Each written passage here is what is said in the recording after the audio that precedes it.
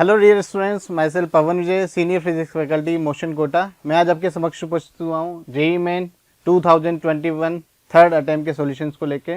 मैं आपके सामने यहाँ पर रिप्रेजेंट करूँगा 27 जुलाई के सेकंड शिफ्ट के पेपर विद डिटेल एनालिसिस। आइए स्टार्ट करते हैं पेपर डिस्कशन। ओके स्टूडेंट, तो स्टार्ट करते हैं सेक्शन ए के साथ। जैसा कि आपको पता है जेईई मेन के पेपर में सेक्शन ए और सेक्शन बी से रिलेटेड क्वेश्चन होते हैं। सेक्शन ए में जो सारे क्वेश्चन है वो आपको करने होते हैं, और सेक्शन बी में जो टोटल नंबर ऑफ क्वेश्चन 10 है, जिसमें आपको चॉइस होती है, आपको 5 क्वेश्चन करने हैं। तो स्टार्ट करते हैं सेक्शन ए के साथ। ओके डियर स्टूडेंट्स, स्टार्ट करते हैं फर्स्ट क्वेश्चन से। देखिए पहला सवाल आपकी स्क्रीन पर है। The planet Mars has 2 moons if one of them has a period of 7 hour 30 minutes. मतलब आपको टाइम पीरियड गिवन है आवर और मिनट में, एंड ऑर्बिटल स्पीड आपको गिवन है, सॉरी ऑर्बिटल रेडियस आपको गिवन है 9.0 इंटू 10⁻³ किलोमीटर। आपसे पूछा find the mass of the Mars, जो आपको यहाँ पर मास कैलकुलेट करना है। तो बेसिकली जो सवाल है ग्रेविटेशन वाले चैप्टर से रिलेटेड सवाल है, जैसे कि आपको समझ में आ रहा होगा, और ग्रेविटेशन वाले चैप्टर में भी आपको कॉन्सेप्ट समझ में आ रहा है। तो कैप्लर्स लॉ से रिलेटेड सवाल है, और कैप्लर्स लॉ में जो फॉर्मूला यहाँ पर यूज होगा मैं यहाँ पर लिख देता हूँ। T² = 4π² GM × R³ आपको पता है कैप्लर्स लॉ में जो टाइम पीरियड है वो रेडियस के क्या होता है, स्क्वायर, टाइम पीरियड का स्क्वायर रेडियस के क्यूब के डायरेक्टली प्रोपोर्शनल होता है। तो ये रिलेशन यहाँ पर, ये फॉर्मूला यहाँ पर यूज होना है। अब देखिए कैलकुलेशन के लिए यहाँ पर 4π² इसकी वैल्यू डायरेक्टली आपको कैलकुलेट की दी हुई है, कैलकुलेट करके दी हुई है, ताकि आपको यहाँ पर कैलकुलेशन में नहीं उलझना पड़े। तो यहाँ पे हमें मास फाइंड आउट करना है। तो मास इज इक्वल टू क्या होगा sir, mass is equal to हो जाएगा 4π² जो कि वैल्यू हमें डायरेक्टली क्वेश्चन में गिवन है, और ये R³ अब ध्यान से देखिए क्वेश्चन में जो आपको समझ में आ रहा होगा, सारी वैल्यूज हमें गिवन है। 4π² यहाँ पर गिवन है, रेडियस ये गिवन है, किलोमीटर में गिवन है। तो इसको किस में चेंज कर लेंगे, मीटर में चेंज कर लेंगे। और ये टाइम पीरियड जो आपको गिवन है ये किस में गिवन है, आर और मिनट में। तो इसको भी किस में चेंज कर लेंगे सर, सेकंड में चेंज कर लेंगे, और हमारे पास फाइनली यहाँ पर मास फाइंड आउट हम कर पाएंगे। ठीक है, तो आइए देखिए इसका डिटेल सोल्यूशन मैं आपको यहाँ पर दिखा देता हूँ। देखिए जैसा कि मैं बता रहा हूँ कैप्लर्स लॉ यहाँ पर यूज होगा, ये फॉर्मूला यहाँ पर लिखा हुआ है। बाकी वैल्यूज पुट करके जब आप सोल्व करेंगे तो जो वैल्यू आएगी वो आएगी 6 × 10⁻23 kg। तो करेक्ट ऑप्शन होगा फोर्थ। तो फोर्थ ऑप्शन को राइट टिक करेंगे। स्टूडेंट्स आइए बढ़ते हैं, अगेन करते हैं अगला सवाल। नेक्स्ट क्वेश्चन देखिए, क्वेश्चन नंबर 2 भी अगेन ग्रेविटेशन वाले चैप्टर से सवाल बेस्ड है।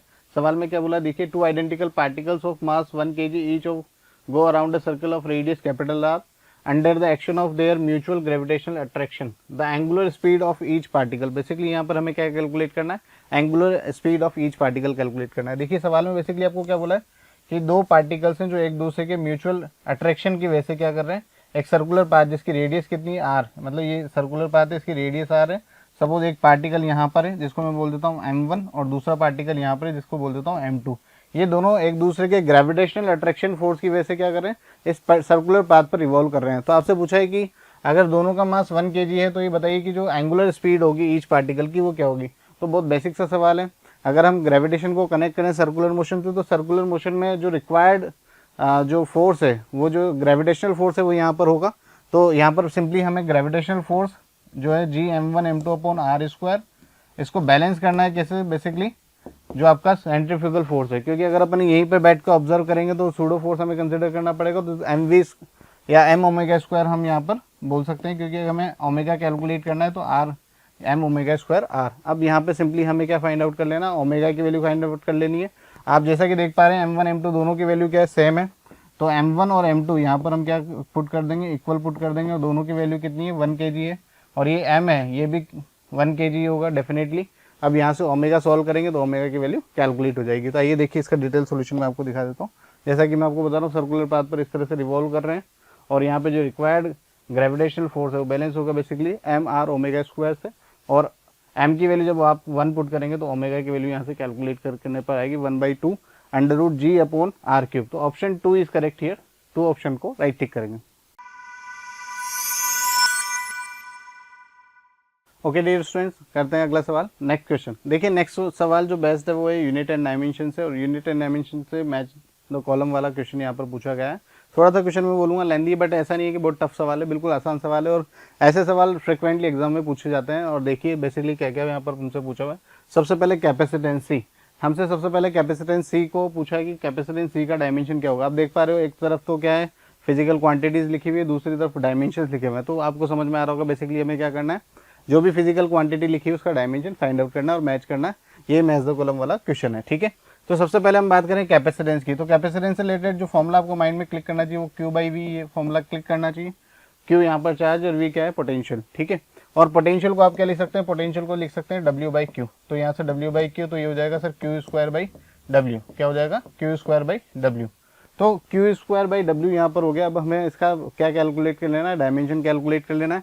तो Q मतलब A1 T1 होता है, तो स्क्वायर करेंगे तो A2 T2 हो जाएगा, अपॉन जो वर्क डन होगा, वर्क डन क्या होता है sir, work done as a standard हमें पता है M1 L2 T-2, ठीक है। तो फाइनली इसको सॉल्व करेंगे तो ये आ जाएगा M to the power -1 L to the power -2 और T टू दी पावर +4 हो जाएगा और A2 हो जाएगा, ठीक है, और A2 पॉजिटिव, ठीक है। इस तरह से ये हमारे पास किसका आ गया, कैपेसिटेंस का आ गया, ठीक है। तो आप देखेंगे कि A वाला जो है मैच करेंगे, फिर बाद में मैच कर लेंगे। चलिए आइए दूसरे पे बात करते हैं। एप्सिलॉन नोट, एप्सिलॉन नोट क्या है, परमिटिविटी ऑफ फ्री स्पेस। बहुत बेसिक सा डायमेंशन हो सकता है, आपको ओरली याद हो, बट फिर भी नहीं याद है तो आप फटाफट से इसको फाइंड आउट कर सकते हैं with the help of this formula. F is equal to 4 pi epsilon naught Q1 Q2 upon R square, ठीक है। यहाँ पर आप एप्सिलॉन नोट जब फाइंड आउट करेंगे तो एप्सिलॉन नोट के लिए जो रिलेशन बनेगा, मतलब 4 पाई तो डायमेंशन ले से, क्योंकि कांस्टेंट है तो 4 पाई के बारे में बात नहीं करेंगे। तो एप्सिलॉन नोट हमें फाइंड आउट करना है, तो क्या लिख सकते हैं सर, इसको लिख सकते हैं Q1 Q2 upon F into R square. और Q1 Q2 क्या होगा सर, Q1 Q2 हो जाएगा आपका A1 T1 A2 T2 हो जाएंगे दोनों, क्योंकि दोनों चार्ज मैग्नीट्यूड दोनों के डायमेंशन सेम होंगे। अब नीचे फोर्स है और इंटू आर क्यूब, मतलब फोर्स M1 L1 T-2 होता है, और इसको भी मैं साथ में लिख दूँ तो M1 L3 T-2 इसको लिख दूंगा। और फाइनली इसको सॉल्व कर लेते हैं तो हमारे पास एप्सिलॉन नोट आ जाएगा। तो एप्सिलॉन नोट कितना आ रहा है सर, ये आ रहा है M-1 L-3 और ये T ऊपर जाएगा तो प्लस हो जाएगा T4 A2, कितना हो जाएगा T4 A2, ठीक है। तो यहाँ पर हमारे पास डायमेंशन आ गया किसका, एप्सिलॉन नोट का डायमेंशन आ गया। अब हमें जो डायमेंशन फाइंड आउट करना है वो किसका डायमेंशन फाइंड आउट करना है, परमेबिलिटी म्यू नोट का। अब मैं आपको बोलूंगा परमेबिलिटी के डायमेंशन को फाइंड आउट करने के लिए आप एक कमाल का रिलेशन है जो आपको याद होना चाहिए, वो होता है C is equal to under root में म्यू नोट एप्सिलॉन नोट। ये अगर रिलेशन पता है तो आप म्यू नोट का डायमेंशन बहुत आसानी से निकाल सकते हो, क्योंकि C स्पीड ऑफ लाइट है, एप्सिलॉन नोट आपके पास आ गया। अब एप्सिलॉन नोट म्यू नोट निकालने में आपको क्या तकलीफ है, कोई तकलीफ नहीं है, स्क्वायर करके आप फटाफट से क्या निकाल लोगे, म्यू नोट। और last electric field, electric field से रिलेटेड आपको जो फॉर्मूला है वो पता होना चाहिए, F is equal to Q E. बस अगर ये फॉर्मूला पता है, फोर्स के बारे में पता है, चार्ज के बारे में पता है, तो इसका डायमेंशन भी आप आसानी से निकाल सकते हैं। तो आइए इसके डिटेल सॉल्यूशन पे मैं आपको दिखा देता हूँ। देखिए, जैसा कि सबसे पहले मैंने आपको यहाँ पर कैपेसिटेंस का दिखाया है ना, तो कैपेसिटेंस का डायमेंशन फॉर्मूला, यहाँ पे इलेक्ट्रिक फील्ड का डायमेंशन फॉर्मूला फाइंड आउट किया हुआ है, फिर एप्सिलॉन नोट का फाइंड आउट किया हुआ है। एप्सिलॉन नोट के बाद जैसा कि मैंने आपको बताया म्यू नोट, तो म्यू नोट का डायमेंशन फॉर्मूला डेफिनेटली आप इसी फॉर्मूले से निकालें, ये आपके लिए हेल्पफुल होगा क्योंकि आपका टाइम यहाँ पर बचेगा, ठीक है। तो बेसिकली म्यू नोट यहाँ से आपके पास एप्सिलॉन नोट C स्क्वायर आ गया। इससे ये फाइनली जो ऑप्शन मैच कर रहा है वो ऑप्शन 1 है, तो option 1 is correct here. 1 option को राइट टिक करेंगे।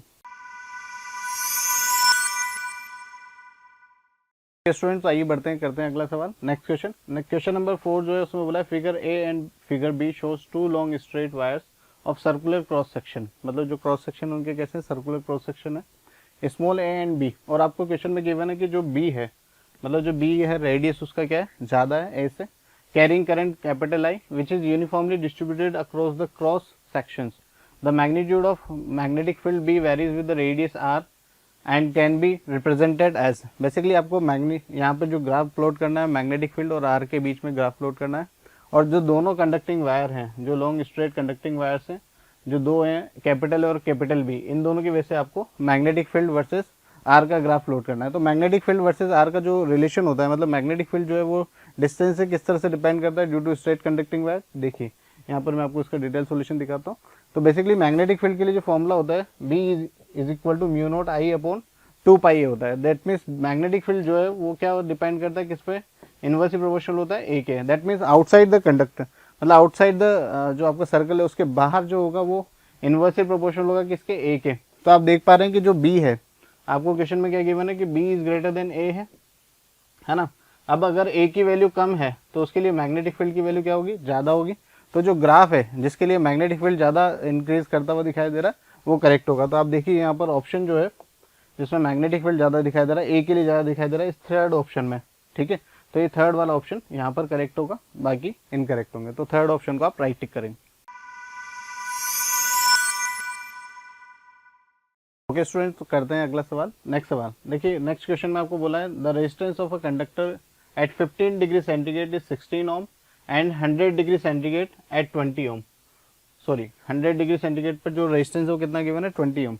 आगे बोला what will be the temperature of the coefficient of resistance of the conductor. Basically यहाँ से हमसे अल्फा पूछा है, दैट मीन्स ये जो सवाल है बेसिकली रेजिस्टेंस करंट इलेक्ट्रिसिटी से रिलेटेड सवाल है और रेजिस्टेंस की जो डिपेंडेंसी है टेम्परेचर पे उससे रिलेटेड सवाल है। जैसा कि आप सब लोगों को पता होगा कि रेजिस्टेंस जो होता है उसके डिपेंडेंसी के लिए जो फॉर्मूला होता है R is equal to R naught 1 plus alpha delta T होता है। ठीक है, जैसा कि आपको रेजिस्टिविटी के लिए इस तरह का फॉर्मूला पता होगा और वहीं से ये रेजिस्टेंस वाला फॉर्मूला भी डेराइव होता है, क्योंकि रेजिस्टेंस में R को हम रेजिस्टिविटी के टर्म में लिख सकते हैं या रेजिस्टिविटी को रेजिस्टेंस के टर्म में लिख सकते हैं।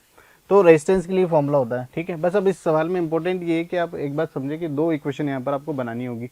एक पहली इन्फॉर्मेशन के लिए, क्योंकि आपको बोला है कि 15 डिग्री सेंटीग्रेड पर 16 ओम है, और सेकेंड इन्फॉर्मेशन आपको गिवन है 100 डिग्री सेंटीग्रेड पर 20 ओम है। तो बेसिकली आपको दो इक्वेशन बनानी है और जो रिक्वायर्ड है अल्फा वो हमें कैलकुलेट करना है, क्योंकि अल्फा तो सेम रहेगा। ठीक है, तो आइए देखिए, फर्स्ट इन्फॉर्मेशन से अगर अपन फर्स्ट इक्वेशन को डेराइव इक्वेशन डिफाइन करें तो क्या लिख सकते हैं, देखना। सबसे पहले हम बात करें R, तो 15 डिग्री सेंटीग्रेड पर जो रेजिस्टेंस हो गया वो 16 ओम हो गया और इनिशियल रेजिस्टेंस R नोट हम अज्यूम कर लेते हैं, R नोट रहा होगा 0 डिग्री सेंटीग्रेड पर। ठीक है, 1 plus alpha delta T, alpha हमें फाइंड आउट करना है, डेल्टा टी कितना हो जाएगा सर, यहाँ 15 माइनस 0 हो जाएगा। ठीक है, एक इक्वेशन तो ये बन गई हमारी। और सेकंड इन्फॉर्मेशन से अगर अपन सेकंड इक्वेशन को फॉर्म करें तो यहाँ पर हम लिख सकते हैं 20 ohm is equal to r nought, हम मान रहे हैं कि 0 डिग्री सेंटीग्रेड पर आर नोट रेजिस्टेंस रहा होगा, और 1 प्लस अल्फा डेल्टा टी। अब डेल्टा टी कितना हो जाएगा सर, ये हो जाएगा बेसिकली आपका 100 डिग्री सेंटीग्रेड है ना, तो 100 माइनस कितना हो जाएगा सर, ये 0 हो जाएगा, 100 माइनस 0। ठीक है, ये इक्वेशन नंबर 2 होगी। अब क्या करें, सिंपली एक इक्वेशन से दूसरी इक्वेशन को डिवाइड कर दें और सॉल्व कर लें, तो हमें जो अल्फा फाइंड आउट करना है वो फाइंड आउट कर लेंगे। पर एक बात और ध्यान से समझिए कि यहाँ पर जो ये मैंने 0 डिग्री सेंटीग्रेड रखा, 0 डिग्री सेंटीग्रेड इसलिए रखा क्योंकि मैं जो इक्वेशंस हैं वो ये कंसिडर कर रहा हूँ कि इनिशियल में जो टेम्परेचर है 0 डिग्री सेंटीग्रेड पर जो रेजिस्टेंस है वो कितना होगा, R नोट होगा। 0 डिग्री सेंटीग्रेड पर जो रेजिस्टेंस है वो कितना होगा, R ओम होगा या R नोट ओम होगा, ये मैं कंसिडर कर रहा हूँ। ठीक है, और ऐसे कंसिडर करके इन क्वेश्चंस को हमें सॉल्व करना होता है। तो आइए देखिए इसका डिटेल सॉल्यूशन। जैसे कि दोनों इक्वेशंस मैंने आपको बताई है ना, फिर 0 डिग्री सेंटीग्रेड ज्यूम करके इनको सॉल्व किया। सॉल्व करने के बाद जो अल्फा की वैल्यू आ रही है वो आ रही है 0.003 डिग्रीज पर सेंटीग्रेड। तो ऑप्शन 4 इज करेक्ट है, फोर्थ ऑप्शन को राइट टिक करेंगे। स्टूडेंट, तो आइए बढ़ते हैं, करते हैं अगला सवाल। देखो नेक्स्ट क्वेश्चन में इन्फॉर्मेशन आपको गिवन है, an object of mass 0.5 kg executing simple harmonic motion. Basically SHM का सवाल है, आपको बोला its amplitude is 5 centimetre and time period is this. मतलब आपको एम्पलीट्यूड गिवन है, टाइम पीरियड गिवन है, आपसे बोला है what will the potential energy of the object at instant t is equal to t/4 second starting from mean position. देखो सवाल में बोला starting from mean position, that mean initial phase क्या रही होगी, 0 रही होगी। एसएचएम के सवाल पर बात करें तो इनिशियल फेज के बारे में हमें देखना चाहिए। Assume that the initial phase of the oscillation is 0, और क्वेश्चन में यहाँ पर और क्लियरली मेंशन कर दिया कि इनिशियल फेज 0 है। तो यहाँ पर हमें जो फाइंड आउट करना है एक्चुअल में फाइंड आउट करना है पोटेंशियल एनर्जी, है ना। सबसे पहले एक बात समझे कि हमें जो फाइंड आउट करना है वो क्या फाइंड आउट करना है, पोटेंशियल एनर्जी। तो देखो पोटेंशियल एनर्जी के जो रिलेशन होता है यहाँ पर एसएचएम में होता है हाफ के एक्स स्क्वायर। ठीक है, पोटेंशियल एनर्जी के लिए रिलेशन जो होता है वो क्या होता है, हाफ के एक्स स्क्वायर। ठीक है, ये हम सभी को पता है। अब यहाँ पर एक तो हमें के चाहिए और एक्स चाहिए। ठीक है, अब क्वेश्चन में हमें जो इन्फॉर्मेशन गिवन है उससे हम के और एक्स की वैल्यू फाइंड आउट करते हैं, और के और एक्स की वैल्यू फाइंड आउट करने के लिए जो सफिशिएंट इन्फॉर्मेशन हमें गिवन है उनको यूज़ करके हम फाइंड आउट करेंगे। क्योंकि हमें जो फॉर्मूले पता है टी, एक तो टाइम पीरियड का फॉर्मूला पता है, T is equal to 2π√m/k होता है ना। अब इस फॉर्मूले में आप देखो आपको एक तो टाइम पीरियड गिवन है, मास गिवन है, तो यहाँ से क्या आ जाएगा, डेफिनेटली आ जाएगा। तो देख लीजिए डिटेल सोल्यूशन में आपको दिखा देता हूँ। सबसे पहले यहाँ पर टाइम पीरियड से यहाँ पर क्या फाइंड आउट कर लिया, के फाइंड आउट कर लिया। अब x फाइंड आउट करना है। अब x फाइंड आउट करने के लिए आपको पता है कि x इज इक्वल टू क्या होता है sir, a sin omega T, क्योंकि इनिशियल फेज तो 0 है इसी, तो x is equal to a sin omega T हो जाएगा। अब एम्पलीट्यूड आपको गिवन है, टाइम पीरियड आपको गिवन है, तो ओमेगा भी आपको गिवन है, और t की वैल्यू आपको गिवन है कितनी, t/4, मतलब t is equal to t/4 time पर आपको क्या बताना, पोटेंशियल एनर्जी। तो यहाँ पुट कर देंगे, तो यहाँ से आपके पास क्या आ जाएगा, x आ जाएगा, k आ गया, x आ गया। तो पोटेंशियल एनर्जी जो हमें कैलकुलेट करनी है हाफ के एक्स स्क्वायर, दोनों वैल्यू पुट करके यहाँ पर जब सॉल्व करेंगे तो ये 0.6255 आएगा। तो ऑप्शन जो है 2 यहाँ पर करेक्ट होगा, 2 ऑप्शन को राइट टिक करेंगे। स्टूडेंट आइए बढ़ते हैं, करते हैं अगला सवाल। देखिए नेक्स्ट क्वेश्चन जो है अल्टरनेटिंग करंट से एसी से रिलेटेड सवाल है और एसी से रिलेटेड आसान सा सवाल है। आपको क्या बोला क्वेश्चन में, देखिए 100 ओम रेजिस्टेंस, मतलब एक रेजिस्टेंस है जिसका रेजिस्टेंस 100 ओम है और कैपेसिटेंस गिवन है 0.1 माइक्रोफेरेड का and inductor are connected in series और 250 वोल्ट की बैटरी से ये सब कनेक्टेड है। दैट मीन्स एक रेजिस्टेंस है ना, एक क्या कैपेसिटर है और एक इंडक्टर है, मतलब सीरीज सर्किट है बेसिकली। यहाँ पर आप देख पा रहे हैं इस तरह से। और अल्टरनेटिंग सप्लाई जो आपको गिवन है कितनी, 250 वोल्ट, इससे क्या कनेक्टेड है, यहाँ पर कनेक्टेड है। तीनों आपस में क्या है, सीरीज में कनेक्टेड है। आगे बोला है कि calculate the value of inductance of inductor eight which resonance will occur. देखो बहुत सिंपल सा सवाल होता है। अल्टरनेटिंग करंट में जब भी रेजोनेंस वाली बात होती है तो रेजोनेंस फ्रिक्वेंसी का फॉर्मूला आपके माइंड में जरूर क्लिक करता है, वो होता है omega is equal to 1/√LC। Omega यहाँ पर रेजोनेंट फ्रिक्वेंसी होती है, जिस रेजोनेंट फ्रिक्वेंसी पे जो सर्किट है उसका आउटपुट आपको मैक्सिमम मिलता है, मतलब दैट मीन्स पावर मैक्सिमम मिलती है। एल इंडक्टेंस होता है, सी कैपेसिटेंस होता है। तो सिंपली हमें यहाँ पर एल फाइंड आउट करना है, सी हमें पता है, ओमेगा की वैल्यू हमें क्वेश्चन में गिवन है। क्योंकि omega is equal to basically क्या होता है sir, omega is equal to 2πf होता है और फ्रिक्वेंसी हमें गिवन है, कितनी गिवन है, 60 हर्ट्ज। तो फ्रिक्वेंसी गिवन है, दैट मीन्स इनडायरेक्टली हमें क्या गिवन है, ओमेगा गिवन है। बस अब सॉल्व करके हमें क्या निकाल लेना, एल निकालने था। आइए देखिए इसका डिटेल सोल्यूशन मैं आपको यहाँ पर दिखा देता हूँ। बेसिकली सी हमें गिवन है ना, और ये फ्रिक्वेंसी गिवन है। तो omega is equal to 2πf, जैसा कि मैं आपको बता रहा हूँ, वो यहाँ पर पुट किया, सॉल्व किया, तो यहाँ पर एल की वैल्यू कितनी आ गई, 70.3। और ये इसको ऑप्शन जो है फोर्थ ऑप्शन यहाँ पर करेक्ट होगा। ओके स्टूडेंट्स, आइए बढ़ते हैं, करते हैं अगला सवाल। नेक्स्ट क्वेश्चन में आपको इन्फॉर्मेशन गिवन है, physical quantity y is represented by the formula y is equal to m square r to the power -4 g to the power x and l to the power -3/2 if the percentage error found in y small m r l and g are 18 1 0.4 and p respectively, then find out the value of x and p। Basically जो question है error से related सवाल है और error से related भी आसान सा सवाल यहाँ पर आपसे पूछा हुआ है। आपको क्वेश्चन में बोला है कि एक तो एक्स और पी की वैल्यू फाइंड आउट करो और परसेंटेज एरर यहाँ पर हम फाइंड आउट कर सकते हैं, ठीक है। और इनकी अलग अलग परसेंटेज एरर हमें गिवन है। तो देखिए जो रिलेशन है इसको क्या मैं इस तरह से लिख सकता हूँ, delta Y upon Y is equal to M square है, तो इसको हम क्या लिख पाएंगे, 2 into delta M upon M लिख पाएंगे डेफिनेटली सर। और परसेंटेज एरर के लिए हम बात करेंगे तो 100 से मल्टीप्लाई कर देंगे, आर की पावर -4 है तो इसको हम क्या लिखेंगे, 4 डेल्टा आर अपॉन आर, ठीक है। और क्या लिखा हुआ है, यहाँ पे लिखा हुआ है g to the power x, that means x delta g by क्या हो जाएगा, जी हो जाएगा, प्लस नेक्स्ट लिखा हुआ है एल टू दी पावर -3/2। तो ये वाली टर्म को हम इस तरह से लिख सकते हैं 3/2 डेल्टा एल अपॉन एल। बस अब क्या है, क्वेश्चन में हमें जो सारी वैल्यूज हैं, परसेंटेज एरर जो गिवन है y m r l small g, ये सब गिवन है, यहाँ पुट करेंगे और पुट करके इसको सॉल्व कर लेते हैं। तो आइए देखिए इसका डिटेल सोल्यूशन मैं आपको दिखा देता हूँ। जब इस तरह से आप यहाँ पर वैल्यू पुट करेंगे तो वैल्यू पुट करने के बाद, एक मिनट, हाँ, तो देखिए यहाँ पर जैसे आप वैल्यू पुट करेंगे तो y की परसेंटेज एरर आपको गिवन है 18 और ये गिवन है 1 delta M upon M 1 given है, r में गिवन है 0.5 डेल्टा जी बाई जी, मतलब g में जो आपको गिवन है वो p गिवन है तो यहाँ p पुट किया हुआ है और l में गिवन है 4%, तो यहाँ पे आपने पुट किया। अब ये आपके पास एक इक्वेशन आ गई, एक रिलेशन आ गया। अब जो भी ऑप्शन हमें गिवन है उन सब वेरीफाई करेंगे, जो ऑप्शन इस रिलेशन को सेटिस्फाइड करेगा वो आंसर होगा। तो ऑप्शन जो है फोर्थ वो सेटिस्फाइड करेगा, तो fourth option is correct here. Okay students, आइए बढ़ते हैं, करते हैं अगला सवाल। देखिए नेक्स्ट क्वेश्चन नंबर 9, ये जो क्वेश्चन है बेसिकली लॉजिक गेट से रिलेटेड सवाल है, आसान सा सवाल है। आपसे बोला है find the truth table for the function y a and b represented in the following figure. कौन सी ट्रूथ टेबल यहाँ पर करेक्ट होगी। तो ये ऐसे सवालों को करने के लिए पहले हम बूलियन एक्सप्रेशन जो है वो यहाँ पर देख लेते हैं। तो देखिए जैसे कि यहाँ पर आपको दिखाई दे रहा है ये एंड गेट है, तो ये a डॉट b होगा यहाँ पर, मतलब ये अगर a और ये b है, यहाँ पर सिग्नल कितना आ रहा है a और यहाँ कितना आ रहा है b, तो एंड गेट से जब जाएगा तो a डॉट बी होगा और a डॉट बी। दूसरी बात b यहाँ से जाएगा तो यहाँ पर जो सिग्नल पहुँचेगा वो क्या पहुँचेगा, b बार, और यहाँ पर क्या पहुँचना है, a डॉट बी। तो ये और गेट है, और गेट इसको फाइनली क्या कर देगा, और गेट से यहाँ पे a dot B plus b bar हो जाएगा, क्योंकि और गेट में यहाँ पर बीच में इस तरह से एक्सप्रेशन प्लस में होता है, ठीक है। बस अब हमें क्या करना है, ट्रुथ टेबल में चेक कर लेना है कि कौन सा आउटपुट इस रिलेशन को सही से सेटिस्फाइड कर रहा है। तो आइए देखिए इसका डिटेल सॉल्यूशन मैं आपको दिखा देता हूँ। जैसे कि आप यहाँ पर देख पा रहे हैं रिलेशन जो है वो ये है ना, जैसा कि मैंने वहाँ पर लिखा आपको दिखाया। अब जीरो और जीरो, जैसे जीरो को इंटू जीरो, जीरो होगा और जीरो का बार वन होगा, तो जीरो प्लस वन कितना होगा, वन। दैट मीन्स ये ट्रूथ टेबल इस तरह से बनेगी। दूसरा अपन चेक करें, zero one, zero into one कितना होगा सर, जीरो, और वन का बार कितना होगा, जीरो, तो जीरो प्लस जीरो भी कितना होगा, जीरो, तो ये यहाँ पर जीरो आएगा। उसके बाद zero, sorry one into zero, तो ये जीरो हो जाएगा और ये जीरो का बार वन हो जाएगा, तो वन प्लस वन कितना होगा, वन होगा।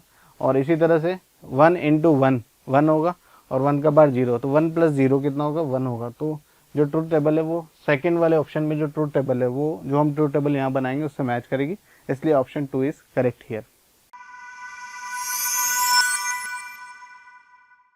ओके स्टूडेंट, बढ़ते हैं आगे, करते हैं अगला सवाल।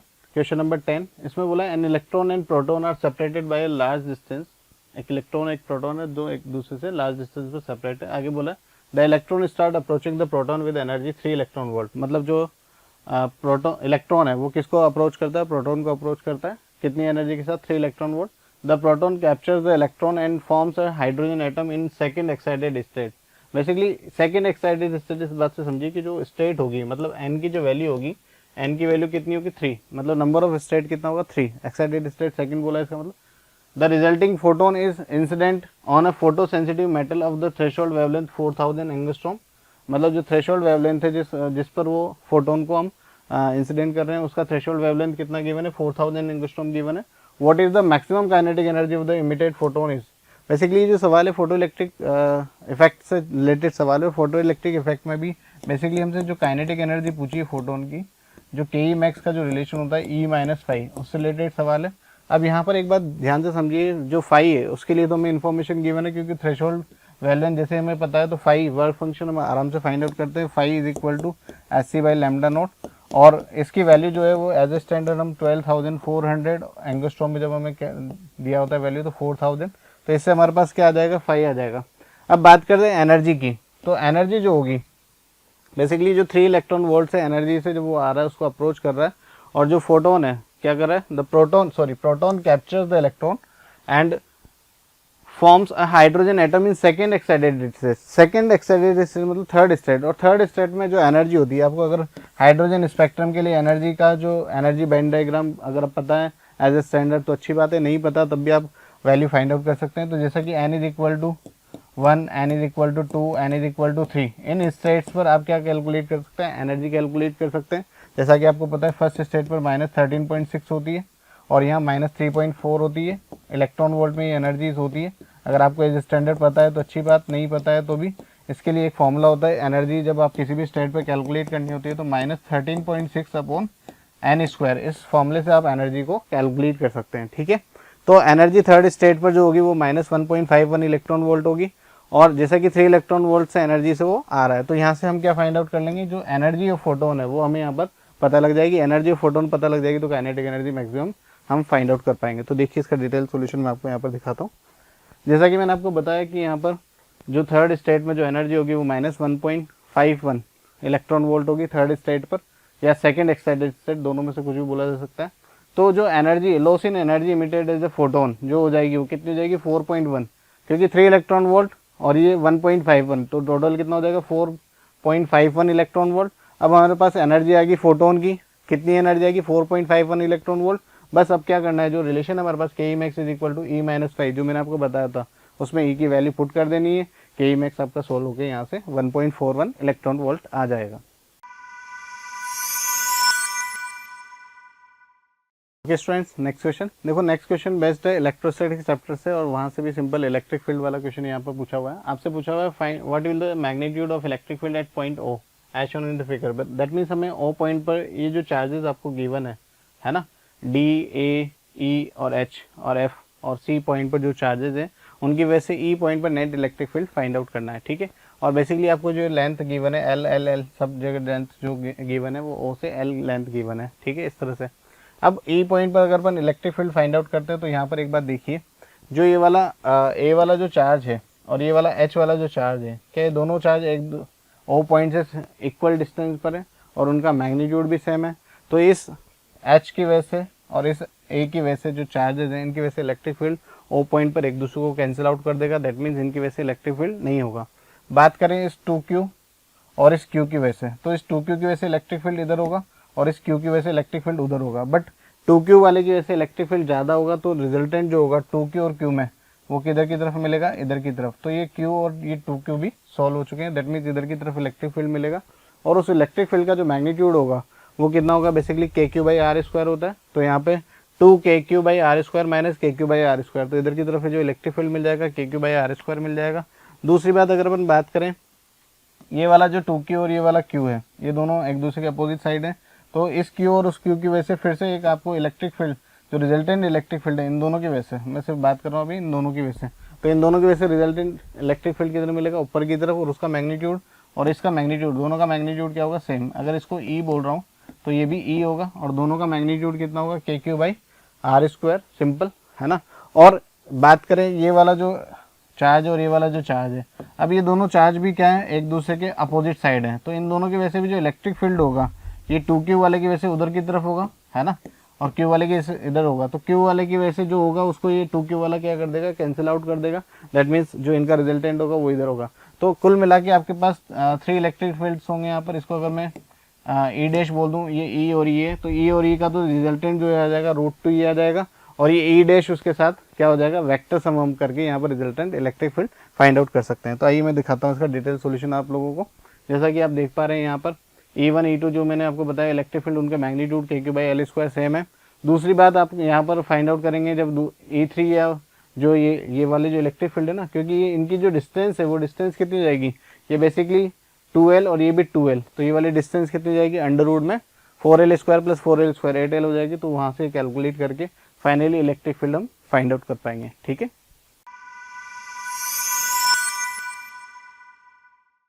ओके स्टूडेंट्स, आइए बढ़ते हैं, करते हैं अगला सवाल। Question number 12। क्वेश्चन नंबर 12 बोला है particle of mass m originally at rest, मतलब इनिशियली जो पार्टिकल है वो क्या है, एट रेस्ट है, मतलब इनिशियल जो स्पीड होगी वो कितनी होगी, 0 होगी, ये बात हमें क्लियर होगी। That means initially at t = 0 particle rest पर है।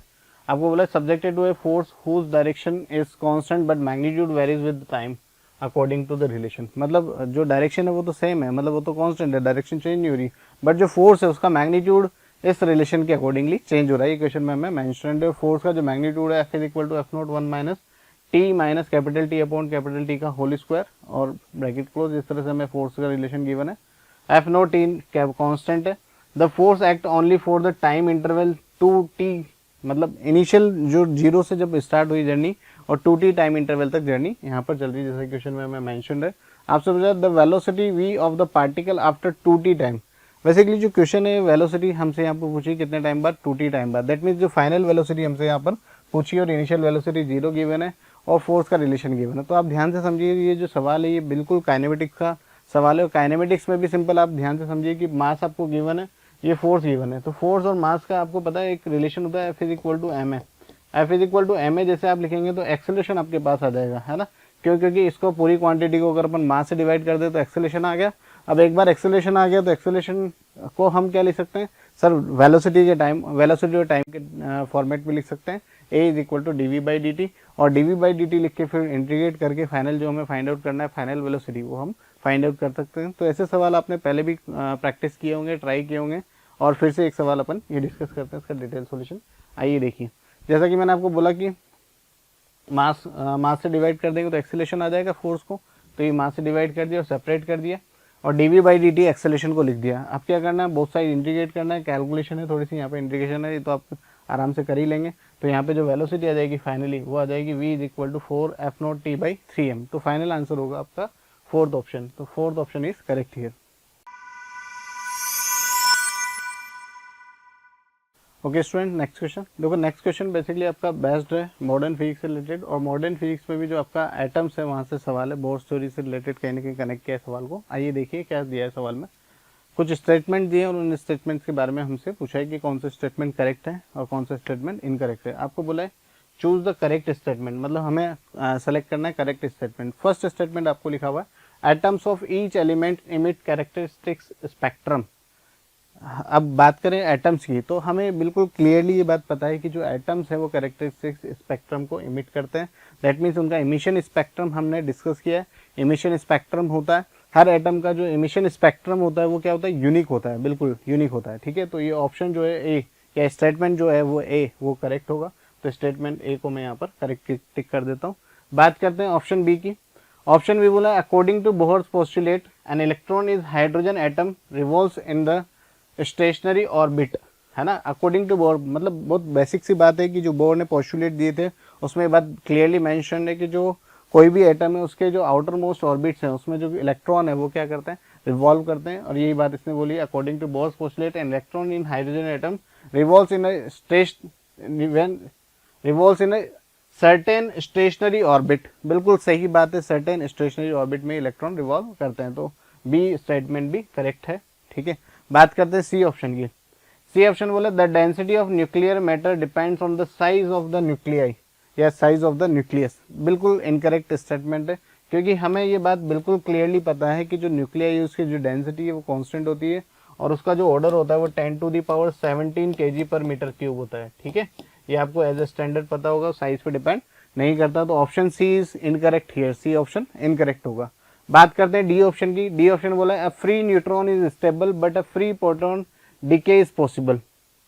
देखो डी ऑप्शन की अगर अपन बात करें तो डी ऑप्शन में बोला फ्री न्यूट्रॉन इज स्टेबल, बहुत ही गलत बात है, क्योंकि हमें जो डीके प्रोसेस सारे हम पढ़ते हैं बहुत बेसिक सा सवाल है कि अगर डीके प्रोसेस अगर आपको पता है तो डीके में आपको पता है कि न्यूट्रॉन जो है वो क्या होता है, अनस्टेबल होता है और वहाँ पर डीके होता है। मतलब जो आपका न्यूट्रॉन है वो प्रोटॉन, इलेक्ट्रॉन और एंटी न्यूट्रॉनों में डीके करता है और जो मीन लाइफ होती है, मीन लाइफ टाइम होता है वो अंडर 15 मिनट्स होता है। ये एज ए स्टैंडर्ड बातें आपको पता होगी, नहीं भी पता है तो ध्यान रखिए कि जो न्यूट्रॉन है वो अनस्टेबल होता है, वो डिके करता है। ठीक है, दूसरी बात यहाँ पर बोला free proton decay is possible, है ना, तो नॉट पॉसिबल। अगर प्रोटॉन फ्री है तो वहाँ पर डिके नहीं होगा।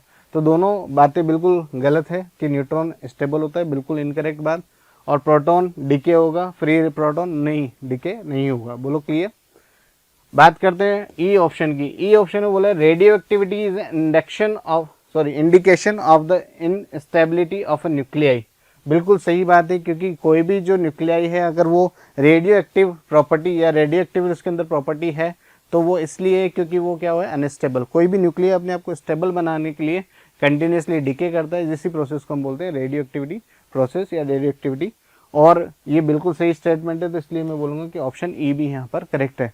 तो आप ध्यान से देखिए तो ए, बी और ई करेक्ट है, ऐसा एक ही ऑप्शन है यहाँ पर, ऑप्शन 1। तो ऑप्शन 1 को राइट टिक करेंगे।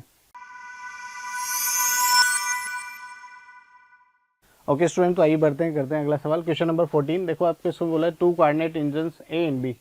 बेसिकली 2 कार्डिनेट इंजन है, operate in series such that the engine A absorbs heat at T1 and rejects heat to sink at temperature T। मतलब जो आपको क्वेश्चन में हीट जो सोर्स गिवन है, सोर्स का जो टेम्परेचर गिवन है इंजन ए के लिए वो गिवन है T1 और सिंक कर रहा है कितने टेम्परेचर पे, T टेम्परेचर पे। दूसरा बोला engine B absorbs half of the heat rejected by engine A. मतलब जो इंजन बी है वो कितनी हीट ले रहा है, जितनी इंजन ए रिजेक्ट कर रहा है उसकी half, and reject heat to the sink at temperature T3 when work done in the both cases is equal the values of capital T is. Basically यहाँ पर आपसे जो इंजन ए के लिए आप सिंक टेम्परेचर ले रहे हैं कैपिटल टी, उसका टेम्परेचर आपसे पूछा है।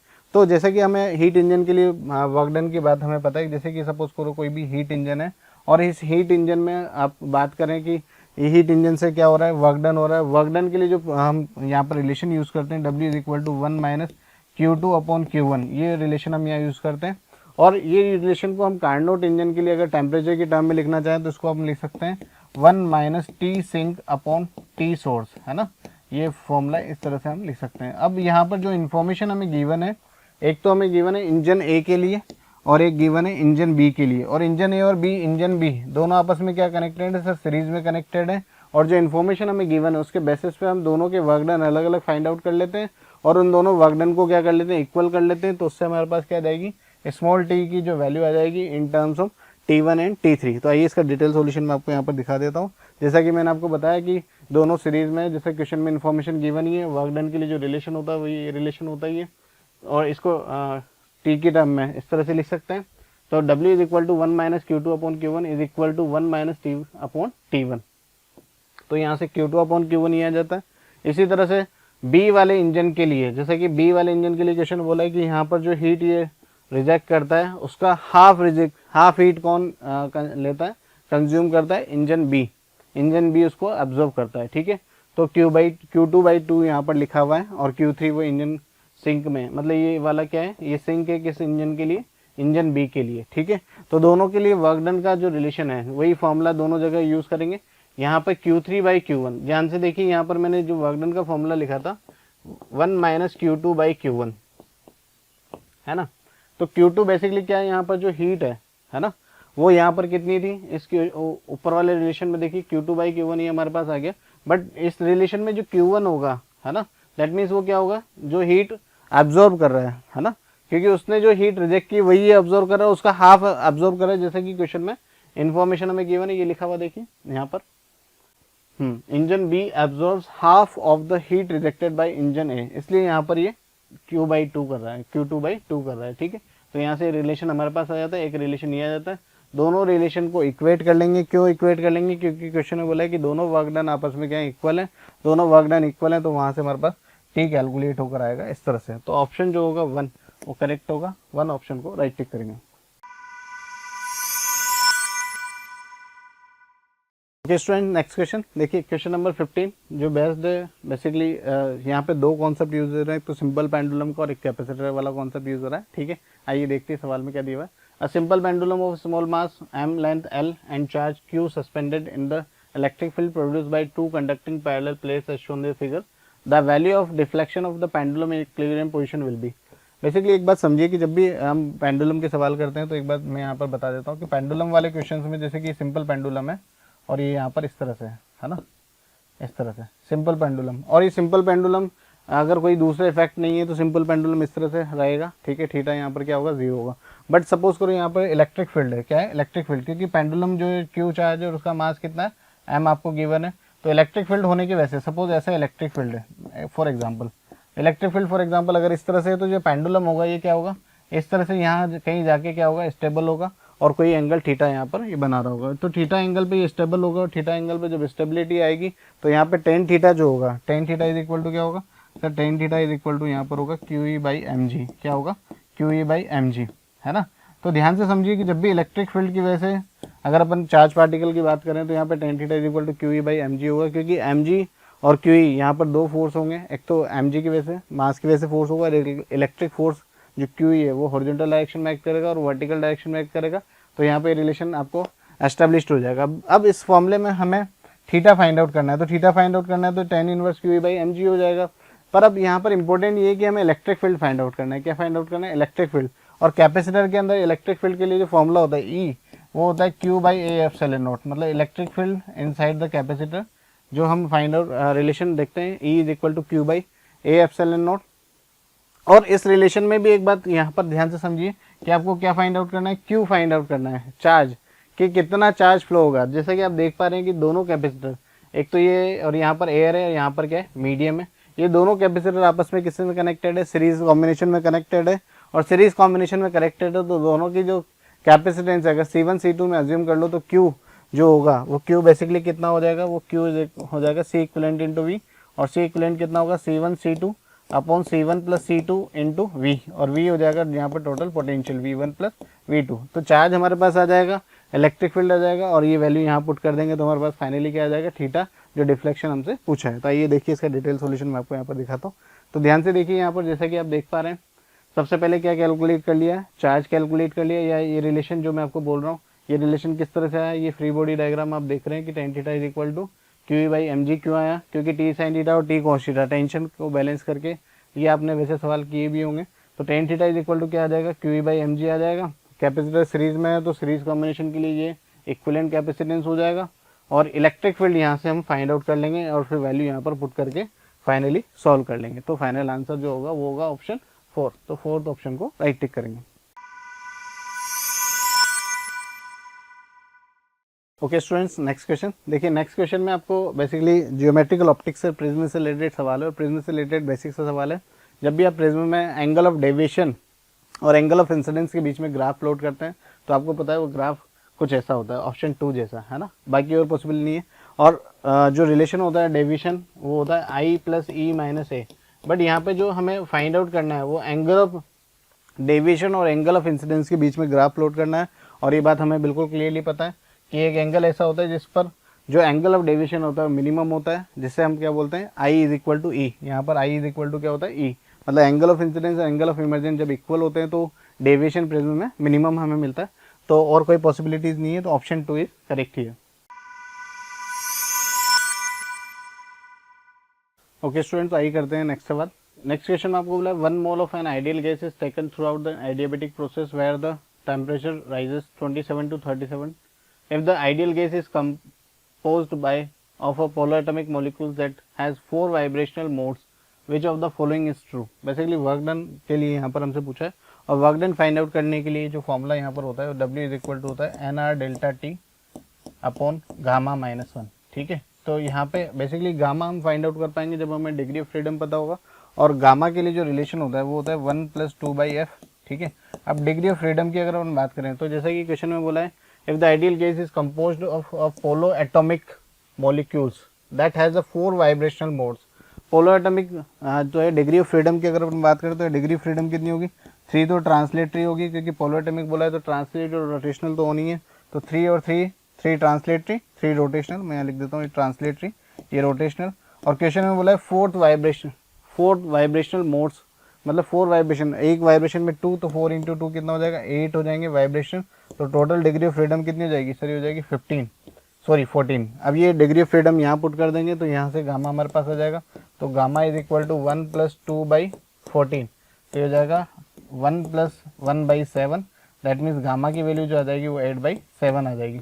अब जैसे गामा यहाँ पर पुट करोगे, n number of moles put करोगे और r गैस कांस्टेंट पुट करोगे, तो सारी वैल्यू यहाँ पर पुट करने पर आपको जो फाइनली वर्क डन पूछा वो कैलकुलेट होगा। जैसा कि आप देख पा रहे हो 8/7 - 1, तो ये वर्क डन क्या मिलेगा, नेगेटिव मिलेगा। नेगेटिव वर्क डन का मतलब क्या है, work done on the gas होगा, है ना, वर्क डन बाई गैस नहीं होगा। तो ऑप्शन इसको देख लेते हैं एक बार डिटेल सोल्यूशन यहाँ पर। तो जैसा कि मैंने आपको बताया 8/7 आ रहा है, वैल्यू यहाँ पर पुट करी तो -582 जूल आया, और ये वर्क डन क्या है, ऑन द गैस है, क्योंकि नेगेटिव साइन क्या कर रहा है, work done on the gas है, तो ऑप्शन जो है 1 यहाँ पर करेक्ट होगा, right option. Okay students, next question देखो। नेक्स्ट क्वेश्चन में इन्फॉर्मेशन हमें गिवन है, an automobile of mass small m accelerate starting from origin and initially at rest, मतलब स्टार्टिंग फ्रॉम ओरिजिन है और इनिशियली एट रेस्ट है, ये हमें क्वेश्चन में इन्फॉर्मेशन गिवन है। Engine supplies of constant power, मतलब इंजन पावर कांस्टेंट सप्लाई करता है power. The position of is given as a function of time, मतलब जो पोजीशन होगी ऑटोमोबाइल की वो फंक्शन ऑफ टाइम क्या हम उसको लिख सकते हैं। तो जैसे कि हमें क्वेश्चन से समझ में आ रहा है, पावर को हम क्या लिख सकते हैं, बेसिकली एफ, ठीक है, power force into velocity, basically force और वेलोसिटी का प्रोडक्ट। अब एफ को हम लिख सकते हैं एम है ना, तो M is equal to M into V force in, और वी ए को हम लिख सकते हैं वी dv/dx, है ना। तो ध्यान से देखिए यहाँ पर मैं लिख देता हूँ, ये हो जाएगा आपका एम इंटू वी dv/dx, और एक v ऑलरेडी है, तो v इंटू वी कितना हो जाएगा, v² हो जाएगा, तो mv² dv/dx, ये p की वैल्यू आ जाएगी। तो यहाँ से हम लिख सकते हैं क्या सर, यहाँ से लिखा जा सकता है p/m into dx is equal to v² dv, है ना। तो ये रिलेशन हमारे पास आ गया। अब v² यहाँ पर हम दोनों तरफ इंटीग्रेट करेंगे, हमारे पास क्या आ जाएगा, x का रिलेशन, x रिलेशन आ जाएगा। देखिए मैं आप करके दिखा देता हूँ, तो ये हो जाएगा p/m dx is equal to integration of v² dv, ठीक है। इंटीग्रेट होगा 0 to x और ये इंटीग्रेट होगा 0 to v, क्योंकि इनिशियल वेलोसिटी लोकेशन में हमें v 0 गिवन है।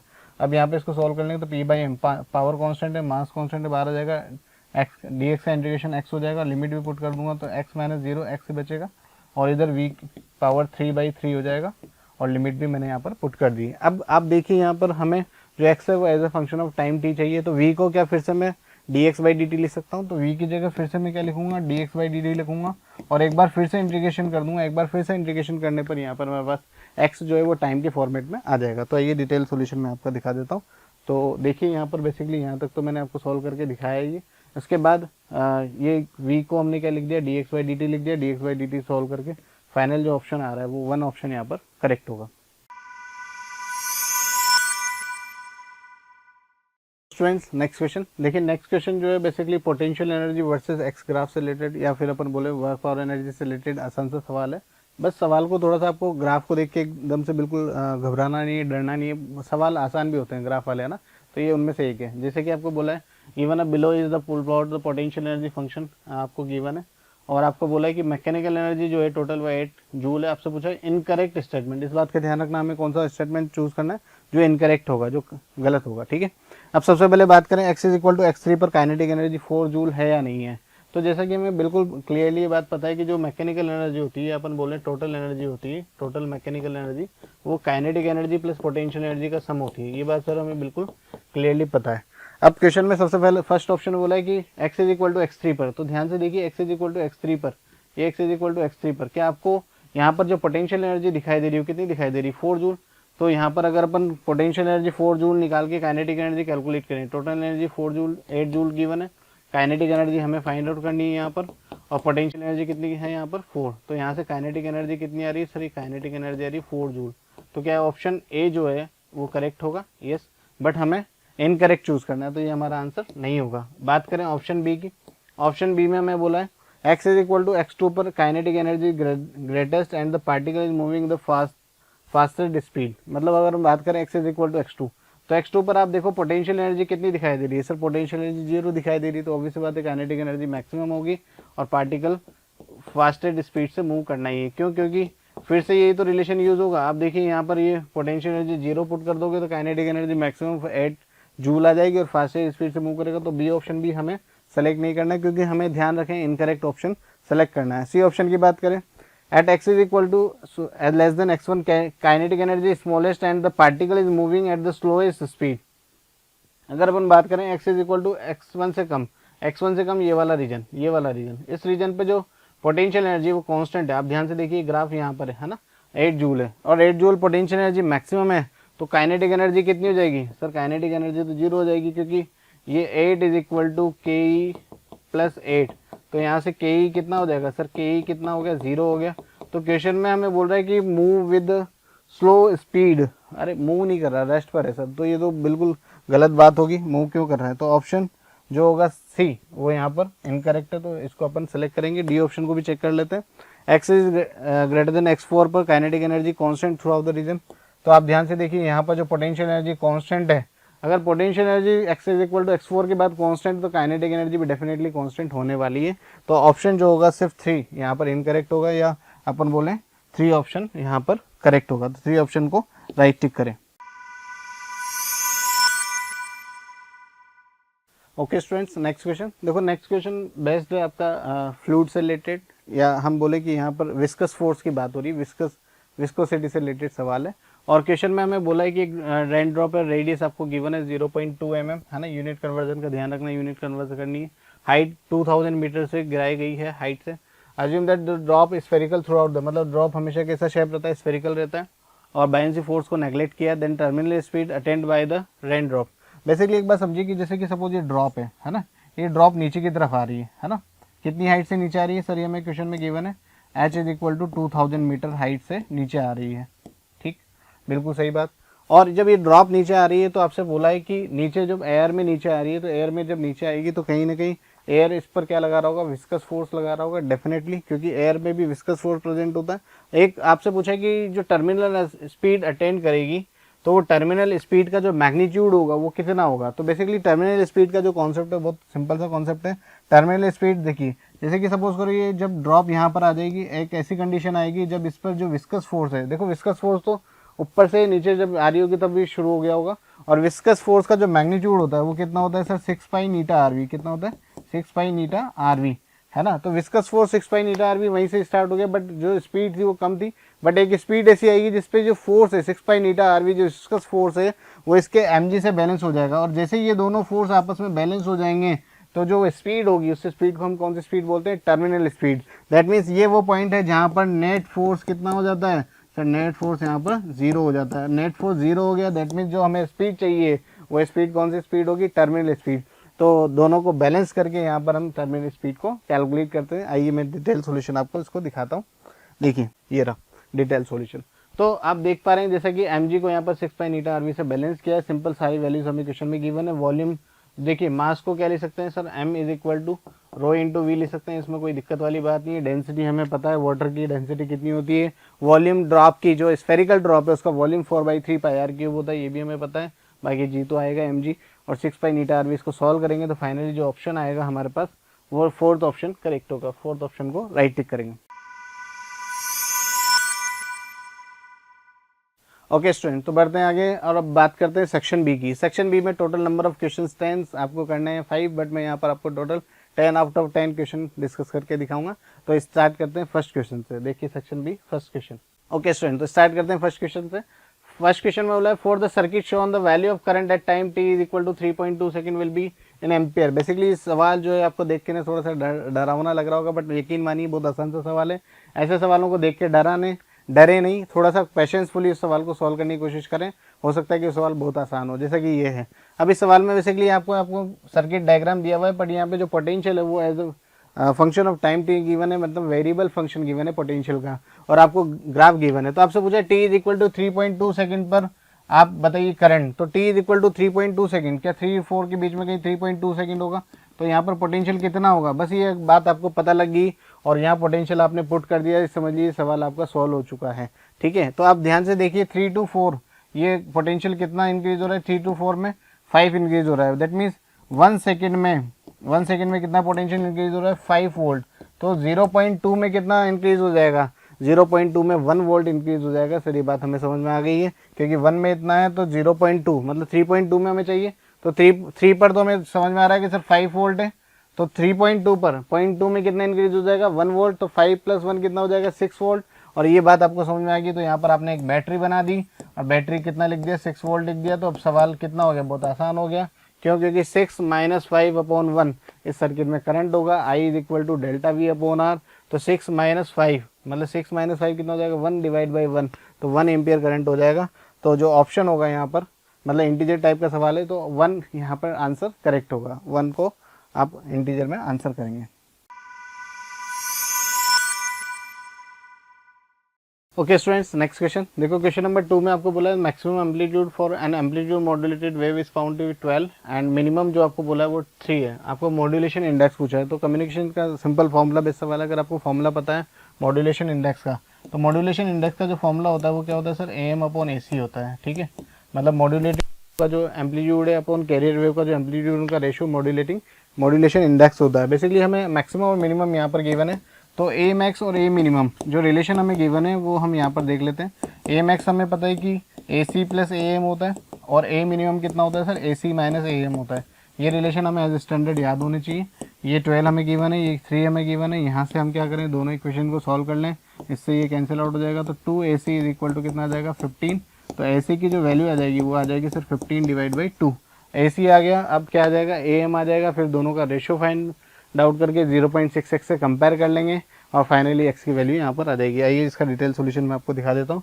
जैसा कि आप देख पा रहे हैं AC अपना 15/2 आ गया था, सॉल्व करेंगे तो AM की वैल्यू 9/2 आ जाएगी।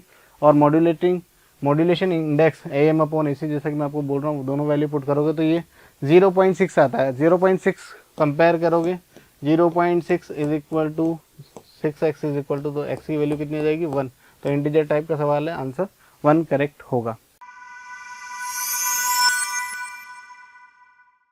ओके स्टूडेंट्स, नेक्स्ट क्वेश्चन देखिए। नेक्स्ट क्वेश्चन में इन्फॉर्मेशन बेसिकली SHM का सवाल है, और SHM के क्वेश्चन में आपको जो क्वेश्चन गिवन है, एक तो स्टैंडर्ड इक्वेशन गिवन है। If the position and velocity of the particle at t is equal to 0, मतलब t इज इक्वल टू 0 पर पोजीशन 2 सेंटीमीटर और वेलोसिटी कितनी 2 ओमेगा है, देन द एम्पलीट्यूड कितना होगा, ये एम्पलीट्यूड हमसे पूछा है। तो एम्पलीट्यूड हम फाइंड आउट करेंगे, बट जो इन्फॉर्मेशन गिवन है उसको यूज़ करते हैं। देखिए अगर अपन बात करें SHM में जो स्टैंडर्ड रिलेशन होता है पार्टिकल के डिस्प्लेसमेंट टाइम का, तो x is equal to a sin omega t plus phi naught. Initial phase यहाँ पे फाई नोट होती है। ठीक है, अब आपको ये क्वेश्चन में जो इन्फॉर्मेशन हमें गिवन है उस इन्फॉर्मेशन के अकॉर्डिंग ये हमें कितना गिवन है, x की वैल्यू 2 गिवन है। तो ये यहाँ पर क्या पुट कर देंगे, 2। तो 2 is equal to a sin omega t plus phi naught. और दूसरी इन्फॉर्मेशन हम बात करें वेलोसिटी की, वेलोसिटी के लिए जो रिलेशन है इसी को डिफरेंशिएट करते हैं, तो वेलोसिटी का रिलेशन यहाँ पर आ जाता है। और वेलोसिटी के रिलेशन में यहाँ पर क्या हो जाता है सर, ये आपको v is equal to a omega cos omega t plus phi naught होगा। ठीक है, अब ये v हमें जो गिवन है, ये v की वैल्यू कितनी गिवन है सर, 2 ओमेगा गिवन है। तो 2 ओमेगा, ये देखो ध्यान से देखिए यहाँ पे लिखा हुआ है वेलोसिटी 2 ओमेगा सेंटीमीटर पर सेकेंड गिवन है। तो 2 omega is equal to a omega cos omega t plus phi naught होगी। ठीक है, अब ये दोनों इक्वेशन जो है, इसको इक्वेशन नंबर 1 बोलता हूँ, इसको इक्वेशन नंबर 2 बोलता हूँ। तो एक इक्वेशन को दूसरे इक्वेशन से डिवाइड कर दो, यहाँ से हमारे पास कुछ इन्फॉर्मेशन आएगी। देखिए क्या आएगी, डिवाइड कर देते हैं। तो 2/2 omega is equal to a sine omega T plus phi nought upon, यहाँ पे होगा a omega cos omega T plus phi nought. ठीक है, अब ध्यान से देखिए, ये वाली जो टर्म है ए से ए कैंसिल आउट हो जाएगा, ओमेगा से ओमेगा, 2 से 2, तो यहाँ से 1 इज इक्वल टू कितना हो जाएगा 10 omega T plus phi naught, मतलब जो एंगल आ जाएगा वो कितना आ जाएगा सर 45 डिग्री, और 45 डिग्री आ जाएगा। फिर हम यहाँ पर वैल्यू पुट करके क्या फाइंड आउट कर सकते हैं, जो आपका एम्पलीट्यूड है। ठीक है, आइए डिटेल सॉल्यूशन में आपको दिखा देता हूँ। जैसा कि आप देख पा रहे हैं यहाँ पर फाई आपके पास कितना आ गया 45 डिग्री आ गया, 45 डिग्री आ गया, यहाँ पुट कर देंगे। तो इस वाली इक्वेशन में जो x इज इक्वल टू ये वाली जो इक्वेशन है इसमें ये वैल्यू पुट कर देंगे, तो एम्पलीट्यूड हमारे पास 2√2 आ जाएगा। x को कंपेयर करेंगे तो x की वैल्यू 2 आ जाएगी।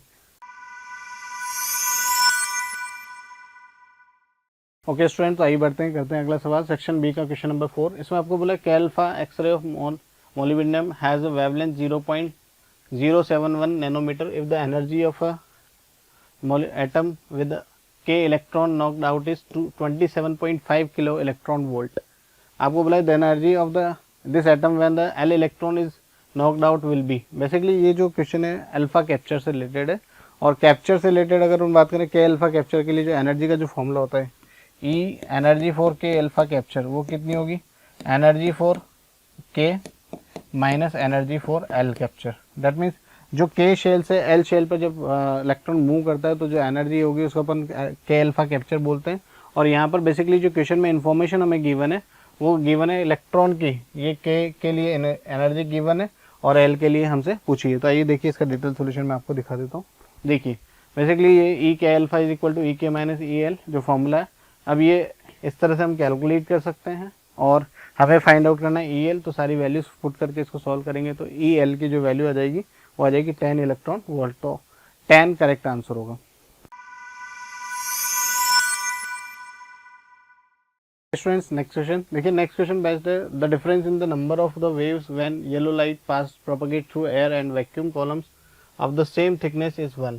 The thickness of the air column is, basically यहाँ पर नंबर ऑफ वेव्स की बात हो रही है। नंबर ऑफ वेव्स के लिए अगर अपन बात करें तो एन को अपन लिख सकते हैं N is equal to L upon lambda, है ना। नंबर ऑफ वेव्स की अगर अपन बात करें तो बेसिकली जो लेंथ है अगर उसको अपन लैम्डा से डिवाइड कर दें तो हमारे पास क्या आ जाएगी नंबर ऑफ वेव्स आ जाएगी। और यहाँ पर एयर और वैक्यूम के लिए जो आपको बोला है सेम थिकनेस के लिए जो डिफरेंस है वो कितना आ रहा है 1 आ रहा है। दैट मीन्स आपको क्वेश्चन में गिवन है N A minus N V, मतलब एयर और वैक्यूम इनका जो डिफरेंस है वो कितना है 1 है। अब बेसिकली इसमें वैल्यू पुट कर देते हैं एन एयर, इसको अपन क्या लिख सकते हैं लैम्डा अपॉन एल अपॉन, यहाँ पर मैं इसको करेक्ट करता हूँ, यहाँ पर होगा लैम्डा ए होगा। ठीक है, क्योंकि एयर के लिए अपन बात कर रहे हैं माइनस एल, थिकनेस सेम है इसलिए एल दोनों के लिए क्या लेंगे सेम लेंगे। और वी के लिए अपन यहाँ पर लिखेंगे lambda V should be equal to 1। L common ले लेंगे तो एल कॉमन लेने के बाद 1 अपॉन लैम्डा है। और लैम्डा एयर को अगर अपन वैक्यूम के टर्म में लिखें तो वैक्यूम के टर्म में क्या लिख सकते हैं lambda air is equal to lambda V upon mu. ठीक है, इस टर्म में हम इसको लिख सकते हैं। तो यहाँ पे अपन हो जाएगा lambda V upon mu minus 1 upon lambda V is equal to 1, इस तरह से रिलेशन आएगा। तो आप ध्यान से देखिए एल तो हमें कैलकुलेट करना है और लैम्डा वी इसको भी मैं क्या ले लेता हूँ कॉमन ले लेता हूँ, तो ये हो जाएगा mu minus 1 is equal to 1। अब हमें फाइंड आउट करना है जो एल की वैल्यू फाइंड आउट करनी है। ठीक है, तो एल इज इक्वल टू हमारे पास रिलेशन ये म्यू माइनस 1 ऊपर नीचे शिफ्ट हो जाएगा और लैम्डा वी ऊपर शिफ्ट हो जाएगा, लैम्डा वी म्यू माइनस 1 इस तरह का रिलेशन होगा। लैम्डा की वैल्यू हमें गिवन है 6000 एंगस्ट्रॉम, तो 6000 into 10 to the power minus 10 और म्यू हमें गिवन है 1.003 ये हमें वैल्यू गिवन है यहाँ पे 1.000 सॉरी, तो 0003 हो जाएगा माइनस 1। तो जब इसको सॉल्व करेंगे तो फाइनली एल की जो वैल्यू एम में आएगी वो कितनी आएगी 2 mm, तो फाइनल आंसर होगा 2। तो इंटीजर टाइप का सवाल है, आंसर होगा 2।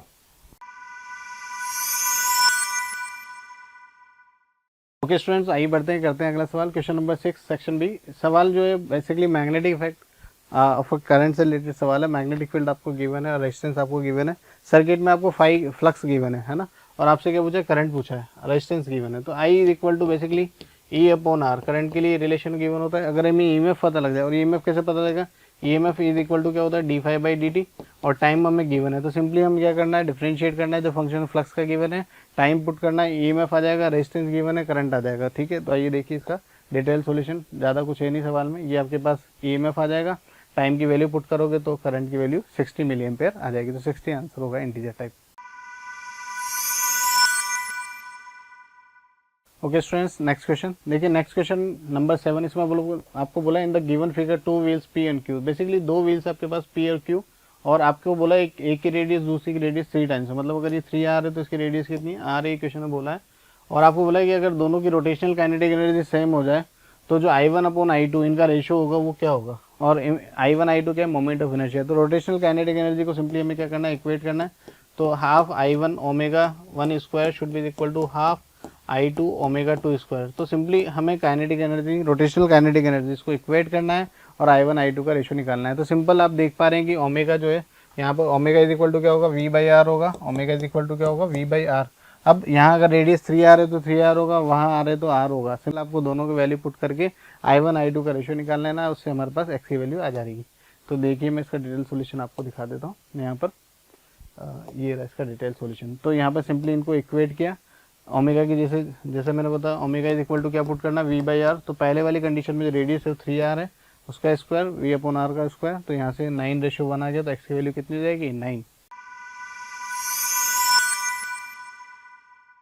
ओके स्टूडेंट्स, नेक्स्ट क्वेश्चन देखिए, नेक्स्ट क्वेश्चन फ्लूइड से रिलेटेड सवाल है। The water is filled up to height 12 metre in the tank having vertical side walls. A hole is made in one of the walls at the depth h below the water level. The value of h for with the emerging stream water strike the ground at the maximum range. मतलब range जो है उसकी maximum बात कर रहा है। बहुत basic सा सवाल है, आपको फ्लूइड में सब लोगों ने इस तरह के सवाल किए होंगे कि जैसे कि सपोज हमारे पास ये वाटर टैंक है और इस वाटर टैंक में यहाँ पर होल है, तो इस होल से क्या होगा, वाटर बाहर आएगा। अब आपसे सवाल में बोला है कि जो आर है ये मैक्सिमम कब होगा या इसकी वैल्यू मैक्सिमम कितनी होगी, ये हमें बताना है। और एच की किस वैल्यू के लिए मैक्सिमम होगा, मतलब एच की वैल्यू हमें बतानी है। ठीक है, तो एच जो है यहाँ पर ये एच हाइट है, वाटर लेवल से जो हाइट है वो एच हाइट हमें गिवन है, टोटल हाइट 12 मीटर गिवन। तो ये बात ऑब्वियस होगी कि ये वाली हाइट कितनी हो जाएगी सर, 12 माइनस एच हो जाएगी। ठीक है, अब यहाँ पर रेंज के लिए जो फॉर्मूला है आप सभी को पता है, रेंज का फॉर्मूला U√2h/g होता है, और u की वैल्यू जो हो जाएगी वो √2gh हो जाएगी, और यहाँ पे √2h/g, तो 2h कितना हो जाएगा, 12 माइनस एच अपॉन जी हो जाएगा। अब इसकी वैल्यू मैक्सिमम और मिनिमम की बात कर रहे हैं, तो मैक्सिमम मिनिमम के लिए क्या करेंगे, डिफरेंशिएट करके 0 के इक्वल पुट कर देंगे, उससे हमारे पास एच की वैल्यू हो जाएगी। तो आइए देखते हैं इसका डिटेल सॉल्यूशन। तो देखिए जैसे कि आपको बताया यहाँ पे वेलोसिटी √2gh, ये 12 माइनस एच हाइट है ही, यहाँ पे इसको सॉल्व किया तो यहाँ से आर की वैल्यू आ गई। अब आर की मैक्सिमम और मिनिमम वैल्यू के लिए अगर बात हो रही है तो क्या करेंगे, इसको डिफरेंशिएट करेंगे, डिफरेंशिएट करके क्या करेंगे 0 के इक्वल, तो ये एच की वैल्यू जो कैलकुलेट करके आएगी वो कितनी आएगी, 6 मीटर। तो 6 is correct answer. Okay students, next question, question number 9, river boatman problem से रिलेटेड काइनेमेटिक्स का दूसरा सवाल पेपर में। देखिए बेसिकली आपको बोला है swimmers wants to cross a river from a point capital A to capital B, है ना, ए से बी जाना चाह रहे हैं।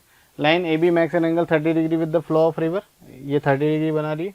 Magnitude of velocity of the swimmer is the same as that of river, मतलब जो वेलोसिटी है किसकी, स्विमर की, वो किसके मैग्नीट्यूड के इक्वल है, रिवर के मैग्नीट्यूड के इक्वल है। The angle theta with the line A B should be in degree so that the swimmer reaches point B, मतलब हम चाहते हैं कि स्विमर कहाँ पहुंचे, ए से कहाँ पहुंचे, बी पर पहुंचे, तो ये जो थीटा है ये कितना होना चाहिए। तो ये बात ऑब्वियस है कि अगर मैग्नीट्यूड सेम है और ये वाला एंगल थीटा 30 है तो ये वाला एंगल भी कितना होना चाहिए, 30 डिग्री। क्यों, क्योंकि अगर ये 30 डिग्री होगा तो जो उसका कंपोनेंट है 30 डिग्री वो रिवर फ्लो को बैलेंस कर लेगा, और 30 डिग्री एंगल जब होगा तो वो एक्जैक्टली कहाँ पहुंचेगा, बी पर। तो ये इसका डिटेल सॉल्यूशन मैं आपको दिखा देता हूँ। यहाँ पर देखिए, हाँ जैसा कि आप देख पा रहे हैं, both velocity vectors are the same magnitude, जैसे कि क्वेश्चन में हमें इन्फॉर्मेशन गिवन ही है। दैट मीन्स जो मिड वे पर हम पहुंचाना चाह रहे हैं तो थीटा कितना होना चाहिए, 30 डिग्री होना ही चाहिए। तो इसलिए ऑप्शन जो होगा 30 डिग्री, सॉरी यहाँ पर इंटीजर टाइप का सवाल है तो 30 करेक्ट आंसर होगा। ओके स्टूडेंट्स, नेक्स्ट क्वेश्चन देखिए, नेक्स्ट क्वेश्चन आपको बोला है small block slides down from the top of the hemisphere of radius 3 meter आपको गिवन है। As shown in the figure the height h at which the block will lose the contact with the surface of the sphere is small m। तो आपसे पूछा है कि जो कितनी height पर, मतलब ग्राउंड से कितनी हाइट पर ये ब्लॉक जो है ये स्फीयर से, जो हेमिस्फीयर आपको दिखाई दे रहा है उससे कॉन्टैक्ट को लूज कर देगा। तो जहाँ पर भी ये कॉन्टैक्ट को लूज़ करेगा, सपोज ये वाला जो पॉइंट आपने माना है एच, इस पॉइंट पर कॉन्टैक्ट लूज़ कर देगा, तो यहाँ पर जो फोर्सेज हैं आप ध्यान से देखिए, यहाँ पर जो फोर्सेज है, अगर यहीं से बैठ को ऑब्जर्व करूँ तो सेंट्रीफ्यूगल फोर्स बाहर की तरफ, क्योंकि सर्कुलर पाथ में मूव कर रहा है, और एम जी कोस थीटा किधर लग रहा होगा सर, अंदर की तरफ लग रहा होगा। तो ये दोनों फोर्सेज जब बैलेंस हो जाएंगे, मतलब नॉर्मल क्या हो जाएगा, जीरो, क्योंकि कॉन्टैक्ट को लूज करना है मतलब नॉर्मल का जीरो होना। दैट मीन्स पहली कंडीशन तो आपके पास ये बन गई कि m g cos theta should be equal to m v square upon r, मतलब नॉर्मल जीरो हो जाए। एक इक्वेशन तो यहाँ से बन जाएगी, और दूसरा यहाँ पर हम क्या लगा सकते हैं, एनर्जी कंजर्वेशन लगा सकते हैं। तो एनर्जी कंजर्वेशन अगर अपन लगाएं, तो अगर इस पॉइंट और इनिशियल पॉइंट से अपन एनर्जी कंजर्वेशन लगाएं, तो एनर्जी क्या होगी, मैकेनिकल एनर्जी कंजर्वेशन हम यहाँ लगा सकते हैं, kinetic energy initial plus potential energy initial should be equal to kinetic energy final plus potential energy final. तो ये दो इक्वेशन यहाँ पर बनाकर हम इसको फाइनली सोल्व करके जो एच रिक्वायर्ड है फाइंड आउट कर सकते हैं। देखिए आइए मैं इसका डिटेल सोल्यूशन आपको दिखाता हूँ। ये रहा इसका डिटेल सोल्यूशन। तो जैसा कि आप देख पा रहे हैं, सबसे पहले तो बैलेंस किया, नॉर्मल को जीरो किया, तो यहाँ से हमारे पास एक रिलेशन आया। और दूसरा, जब आप एनर्जी कंजर्वेशन लगा रहे हैं, तो देखिए m g r minus h, ये बेसिकली आपकी पोटेंशियल एनर्जी है। क्या है, पोटेंशियल एनर्जी, और ये क्या है, काइनेटिक एनर्जी है। ठीक है, तो काइनेटिक एनर्जी को क्या लिख सकते हैं, हाफ एम वी स्क्वायर। ठीक है, तो रेफरेंस पॉइंट अगर यही ले लें, मतलब यहाँ पर ये रेफरेंस पॉइंट लिया हुआ है, इसको अगर रेफरेंस पॉइंट ले लें, तो इनिशियल पोटेंशियल एनर्जी को इस तरह से लिखा जाएगा, और काइनेटिक एनर्जी इनिशियल तो जीरो थी और finally half m v square लिखा जाएगा। दोनों इक्वेशन को यूज़ करके हम जब एच की वैल्यू निकालेंगे और वैल्यूज पुट कर देंगे, तो जो एच की वैल्यू आ जाएगी वो कितनी आ जाएगी, 2। तो इंटीजर टाइप का सवाल है, आंसर 2 इज करेक्ट हियर। तो 2 को हम यहाँ पर करेक्ट ऑप्शन या करेक्ट आंसर बोलेंगे। ओके स्टूडेंट, तो फाइनली ये क्वेश्चन यहाँ पर कंप्लीट होता है, पेपर कंप्लीट होता है। तो फाइनल आंसर इसका होगा 2।